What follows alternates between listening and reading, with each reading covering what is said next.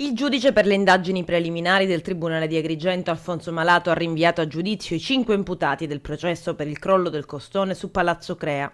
Si tratta dell'allora sindaco di Agrigento Marco Zambuto, il dirigente dell'ufficio tecnico comunale Giuseppe Principato e i 3 proprietari di un immobile adiacente ai Palazzi Crea, le cui precarie condizioni avrebbero provocato il cedimento del costone.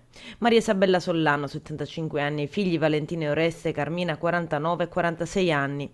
Questi ultimi non avrebbero adempiuto ad un'ordinanza emessa il 5 aprile del 2011 dello stesso Marco Zambuto che imponeva loro di eseguire opere di manutenzione.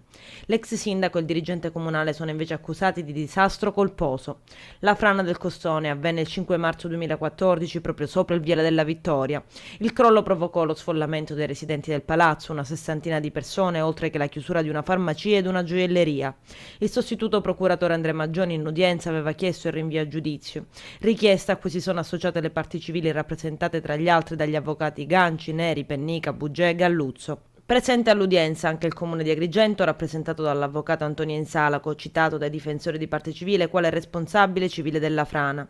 La difesa del comune ha depositato una comparsa di costituzione dell'ente di circa 15 pagine, una produzione documentale, insistendo sulla richiesta di non luogo a procedere. I difensori di Zambuto, gli avvocati Gazzera e Miceli, quello di Principato, l'avvocato Grillo e le 3 proprietarie dei terreni, difese dall'avvocato Rosa Salvago, hanno invece sollevato eccezioni di inutilizzabilità di atti ed in particolare quelli a firma del dirigente Cosimo Antonica. Il processo comincerà il prossimo 25 gennaio al Tribunale di Agrigento davanti al giudice Rosanna Croce.